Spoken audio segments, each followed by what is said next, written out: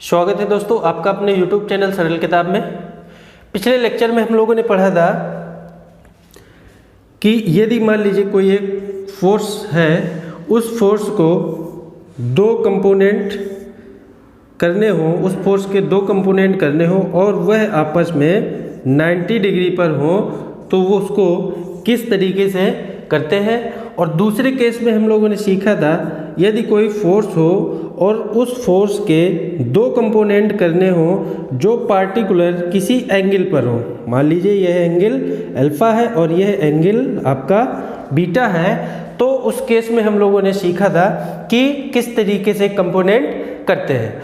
आज के इस लेक्चर में हम लोग देखेंगे कि कोप्लेनर और कॉनकरेंट फोर्सेस को हम लोग किस तरीके से उसका रिजल्टेंट फाइंड आउट करते हैं, उसको किस तरीके से कंपोनेंट करते हैं और उसके जो बैलेंसिंग की कंडीशन है, जो फोर्स है वो इक्विलिब्रियम में कब होंगे, उसकी जो कंडीशन है आज के इस लेक्चर में हम लोग सीखने वाले हैं। तो चलिए वीडियो की शुरुआत करते हैं।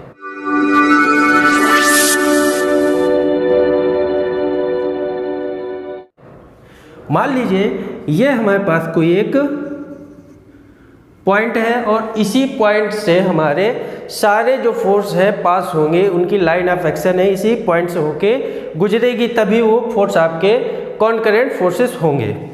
तो मान लीजिए यह आपका एक फोर्स F1 है, दूसरा फोर्स यह आपका F2 है, तीसरा फोर्स F3 और चौथा फोर्स आपका ये F4 है। क्लियर है। अब हमें इन सारे बलों को हमें रिजल्टेंट फाइंड आउट करना है और इनका एंगल फाइंड आउट करना है। जो रिजल्टेंट होगा वो है कितने एंगल पर होगा। तो सबसे पहले हम लोग क्या करते हैं, इसको एक्सिस दिखा देते हैं, सारे बलों की एक्सिस, ये एक्स एक्सिस और ये इधर इस साइड एक्स डैश एक्सिस। यहाँ पर इसको हम लोग y दिखाते हैं और ये y डैश। क्लियर है। इनको एंगल दिखाते हैं, ये एंगल आपस में फोर्स कितने एंगल पर है। मान लीजिए ये पॉइंट आपका O है। क्लियर। अब यह जो O x एक्सिस है, इस एक्सिस से हम सारे बलों को एंगल दिखाते हैं, कितने एंगल पर कौन सा बल है। मान लीजिए ये F1 फोर्स अल्फा एंगल पर है, F2 फोर्स आपका बीटा एंगल पर है और F3 फोर्स आपका गामा एंगल पर है और ये जो F4 है यह आपका डेल्टा एंगल पर है। अब हमें इन सारे बलों का रिजल्टेंट फाइंड आउट करना है। क्लियर है। तो देखिए कैसे फाइंड आउट करते हैं। सबसे पहले हम लोग ये जितने भी सारे बल हैं इसको x डायरेक्शन और y डायरेक्शन में कंपोनेंट करेंगे। कंपोनेंट कैसे करते हैं, जिन लोगों ने हमारा प्रीवियस लेक्चर नहीं देखा है उन लोगों के लिए ऊपर आई बटन में वीडियो की लिंक मिल जाएगी और वीडियो के डिस्क्रिप्शन में भी प्रीवियस लेक्चर की लिंक मैं दे रहा हूँ, आप लोग वहाँ से जाके देख सकते हैं। तो हम लोग लिखेंगे F1 फोर्स को, F1 फोर्स का OX डायरेक्शन में कंपोनेंट। क्लियर है। जब हम लोग OX डायरेक्शन में कंपोनेंट करेंगे तो कितना आ जाएगा, यहां से आप लोग देख रहे होंगे F1 cos अल्फा। कितना आ जाएगा, F1 cos अल्फा। क्लियर है। इसी तरीके से जब हम लोग F2 फोर्स का करेंगे तब कितना आएगा कंपोनेंट, इसका कंपोनेंट आएगा, यहां पर लिखेंगे F2 फोर्स का OX डायरेक्शन में कंपोनेंट कितना आएगा, F2 cos बीटा।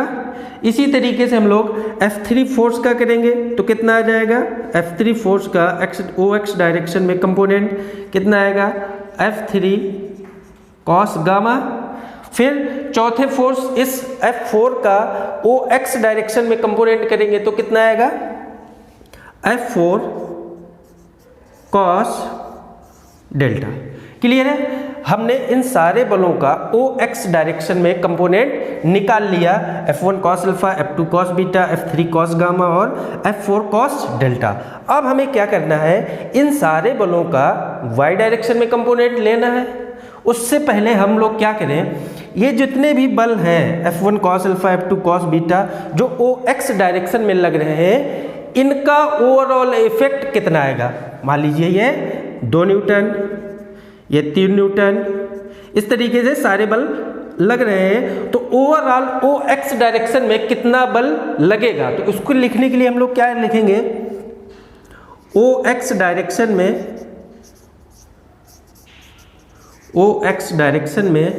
लगने वाले बलों का बीजगणितीय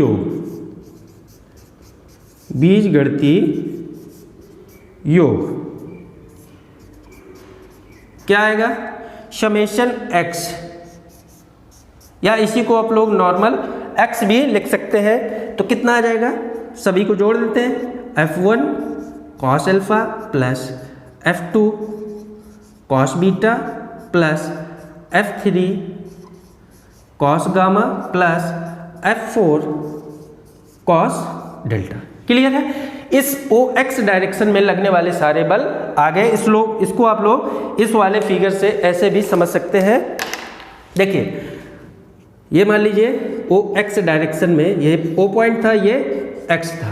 अब OX डायरेक्शन में सारे बल आ गए, इधर आ गया F1 cos alpha, F2 cos beta, F3 cos gamma और ये F4 cos delta. X direction में सारे लगने वाले फोर्स आ गए। क्लियर है? अब हमें क्या करना है, Y डायरेक्शन में लगने वाले सारे बलों को निकालना है। तो आप लोग इसका स्क्रीनशॉट ले लीजिए, लिखते हैं आगे।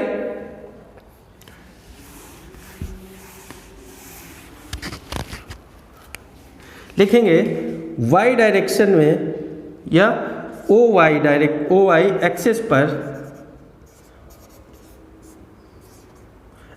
पर F1, F2, F3 व F4 बलों का कंपोनेंट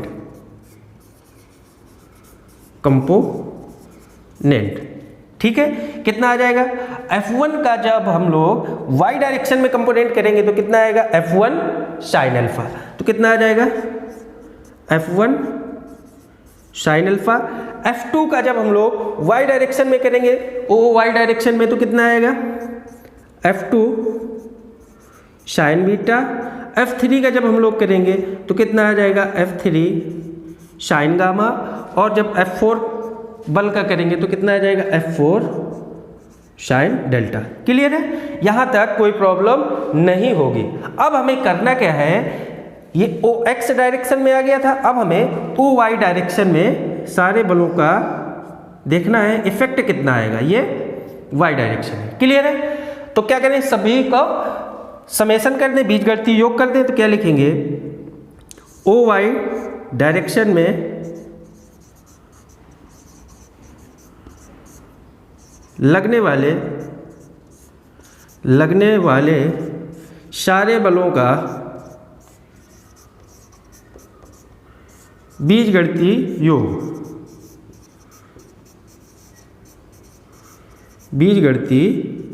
योग कितना आएगा, समेशन y, या इसी को आप लोग नॉर्मल y भी लिख सकते हैं। कितना आएगा, F1 sin alpha plus F2 sin beta plus F3 sin gamma plus F4 sin delta. Clear?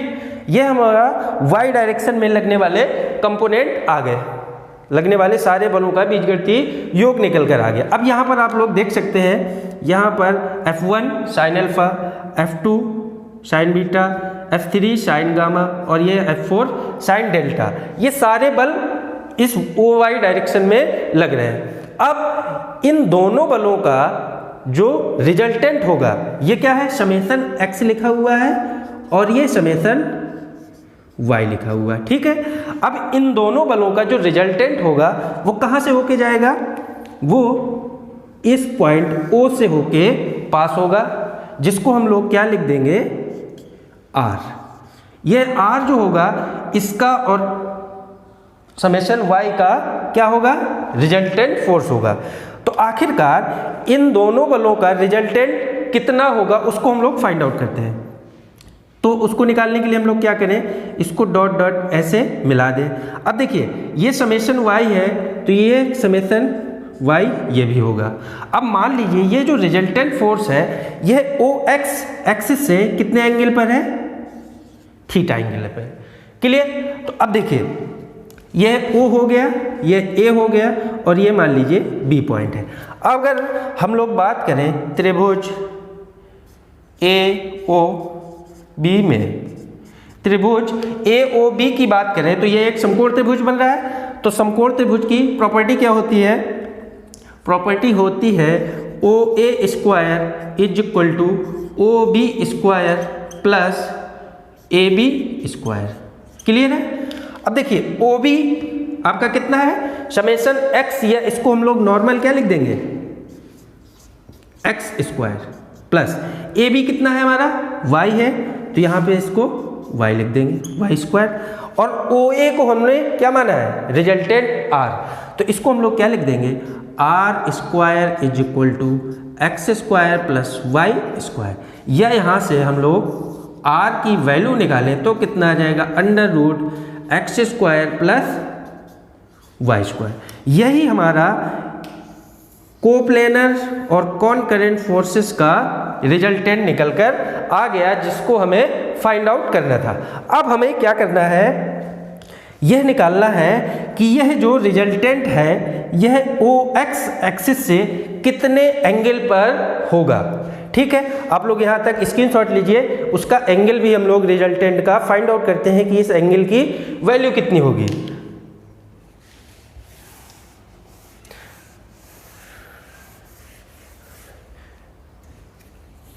यहां पर आपको एक चीज और ध्यान देना है, यह जो OX है, OX क्या होगा, पॉजिटिव, और OX डैश ये OX है, और अगर बात करें OX डैश की, ये कितना होगा, ये नेगेटिव होगा। क्लियर। क्योंकि आप जानते हैं कोऑर्डिनेट में इस साइड x पॉजिटिव और इस साइड x नेगेटिव होता है, y ऊपर पॉजिटिव और नीचे नेगेटिव होता है। तो अगर बात करें OY की, ये क्या होगा, पॉजिटिव होगा, और OY डैश डैश ये क्या होगा, नेगेटिव। तो कहने का मतलब ये है, अगर कोई फोर्स OX डायरेक्शन में है उसका कंपोनेंट तो वो पॉजिटिव होगा, अगर OX डैश डायरेक्शन में है तो उसका कंपोनेंट आपका नेगेटिव होगा। अगर OY डायरेक्शन में है तो उसका कंपोनेंट पॉजिटिव, और यदि OY डैश डायरेक्शन में है तो उसका कंपोनेंट नेगेटिव होगा। अभी मैं जैसे ही आपको क्वेश्चन सॉल्व करवाऊंगा, आपके लिए ये जो डाउट है इसको मैं क्लियर कर दूंगा। तो चलिए इसका पहले एंगल हम लोग फाइंड आउट करते हैं। देखिए अगर हम लोग बात करें त्रिभुज AOB में, त्रिभुज AOB आपका है क्या, AOB आपका समकोण त्रिभुज है, और समकोण त्रिभुज की प्रॉपर्टी क्या होती है, अगर इसमें हम लोग tan थीटा लगा दें, क्या लगा दें, tan थीटा। tan थीटा होता क्या है, लंब अपॉन आधार होता है, तो मतलब क्या आ जाएगा, AB अपॉन OB। क्लियर है। अब AB की वैल्यू आप यहां से देख रहे होंगे कितनी है, y, और OB की वैल्यू कितनी है, x के। तो यहां से थीटा बराबर कितना आ जाएगा, tan inverse y upon x।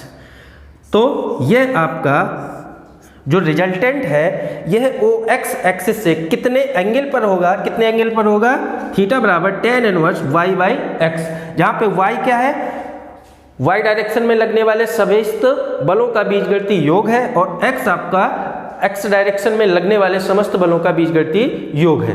अब हमें जो ये सारे बल हैं इनके बैलेंस होने की, संतुलन की हमें कंडीशन फाइंड आउट करनी है कि आखिरकार ये बल आपस में कब संतुलित होंगे।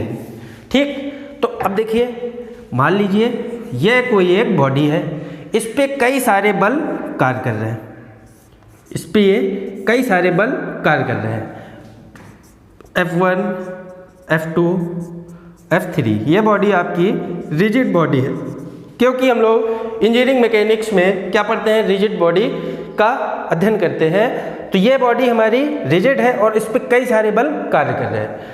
अगर यह बल आपस में एक दूसरे के प्रभाव को नेग्लेक्ट नहीं करेंगे तो यह बॉडी क्या होगी, यह पहले रेस्ट में थी, मतलब स्टैटिक कंडीशन में थी। अगर यह बल आपस में एक दूसरे के प्रभाव को नेग्लेक्ट नहीं करेंगे तो इस बॉडी पे होगा क्या, यह अपनी स्टैटिक कंडीशन या रेस्ट की कंडीशन को चेंज कर देगी, मतलब ये किस में आ जाएगी, डायनामिक में।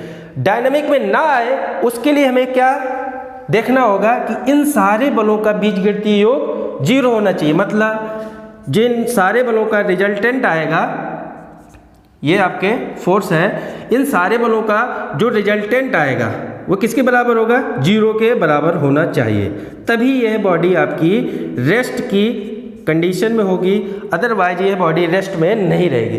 इसका मतलब इन सारे बलों का जो रिजल्टेंट होगा वो 0 के बराबर होगा। अब देखिए यहाँ पर संगामी बल है और कोप्लेनर है, तो इन सारे बल का जो रिजल्टेंट होगा वह इक्विलिब्रियम में कब होगा, मतलब 0 होगा उसका रिजल्टेंट, तभी ये सारे बल आपस में क्या होंगे, एक दूसरे के इफेक्ट को नेग्लेक्ट करेंगे।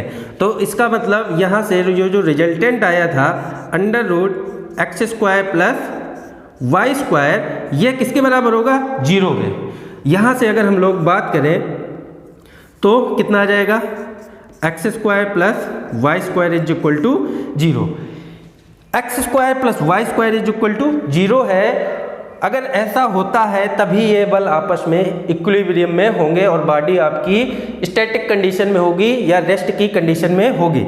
यहाँ पर आपको एक चीज़ और ध्यान देना है, अगर यहाँ पर x + y होता = 0 तो यहाँ पर x की वैल्यू पॉजिटिव हो जाती है और y की नेगेटिव हो जाती, या y की पॉजिटिव x की नेगेटिव हो जाती। बट यहाँ पर क्या है, स्क्वायर लगा हुआ है, x² + y²। अगर हम मान लिए x की वैल्यू पॉजिटिव और y की वैल्यू नेगेटिव है, तो जब इसका स्क्वायर करेंगे y का तो क्या आएगा, यह भी आपका पॉजिटिव हो जाएगा। तो पॉजिटिव प्लस पॉजिटिव कभी 0 होगा नहीं। इसका मतलब क्या होगा कि यह जो अलग अलग है x² + y², ये अलग अलग 0 होने चाहिए। तो यहाँ पर क्या लिखेंगे, फॉर इक्विलिब्रियम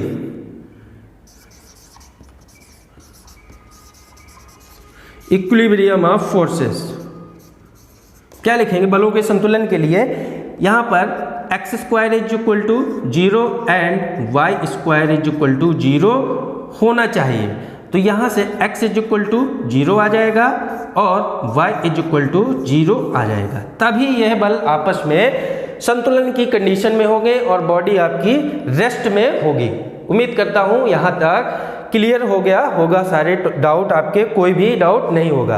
अब देखिए हमें ये x डायरेक्शन में लगने वाला बल 0 मिला और y डायरेक्शन में लगने वाला बल भी हमें 0 मिला। इसका मतलब इस डायरेक्शन में कोई बल नहीं लग रहा है, इस डायरेक्शन में कोई बल नहीं लग रहा है, तो रिजल्टेंट भी 0 होगा। जब रिजल्टेंट किसी बॉडी पर लगने वाला 0 होता है, इसका मतलब बॉडी आपकी क्या होती है, रेस्ट में होती है, क्योंकि उन सारे बलों का जो नेट इफेक्ट होता है वह आपस में कैंसिल आउट हो जाएगा और 0 हो जाएगा। ठीक है, यहाँ पर देखिए F1, F2, F3 इतने 3 फोर्स लग रहे हैं, और अगर हम कह दें इन सारे बलों का जो रिजल्टेंट है वह 0 है, इसका मतलब यह है कि F1, F2 और F3 ये सारे बल मिलके आपस में एक दूसरे के इफेक्ट को नेग्लेक्ट कर दे रहे हैं। इसको मैं एक दूसरे तरीके से बताना चाहूँगा। मान लीजिए ये कोई एक लड़का है, यह लड़का इस बॉडी को, इस वस्तु को पकड़ के खींच रहा है। यह मान लीजिए लड़का है और इस वस्तु को रस्सी की मदद से खींच रहा है, और इस बॉडी को ही इधर 2 लोग पकड़ के खींच रहे हैं। क्लियर है? अब देखिए जितना बल, मान लीजिए ये 5 न्यूटन और ये 15 न्यूटन का बल लगा रहे थे, ये दोनों मिलके 15 प्लस 5 20 न्यूटन का बल इस डायरेक्शन में लगा रहे थे। क्लियर है? और ये जो बेचारा बालक है ये अकेले 20 न्यूटन का बल लगा रहा है। तब होगा क्या, यह बालक और ये दो बालक आपस में मिलके इस वस्तु पर लगने वाले बलों को क्या कर रहे हैं, जीरो, क्योंकि जितना फोर्स इस डायरेक्शन में लग रहा है उतना ही फोर्स इस डायरेक्शन में लग रहा है, जिसकी वजह से ये बालक आपस में एक दूसरे के द्वारा लगाए गए बलों के प्रभाव को नेग्लेक्ट कर दे रहे हैं और इस बॉडी पर लगने वाला जो रिजल्टेंट है उसकी वैल्यू जीरो आ रही है। क्लियर है? अब देखिए इससे रिलेटेड हम आपको क्वेश्चन करवाते हैं ताकि ये जो आपका डाउट था OX direction positive, OX dash direction negative, इसको हम लोग कैसे अप्लाई करते हैं, तो चलिए इसके लिए हम लोग एक क्वेश्चन लगाते हैं। आप लोग इसका स्क्रीनशॉट ले लीजिए।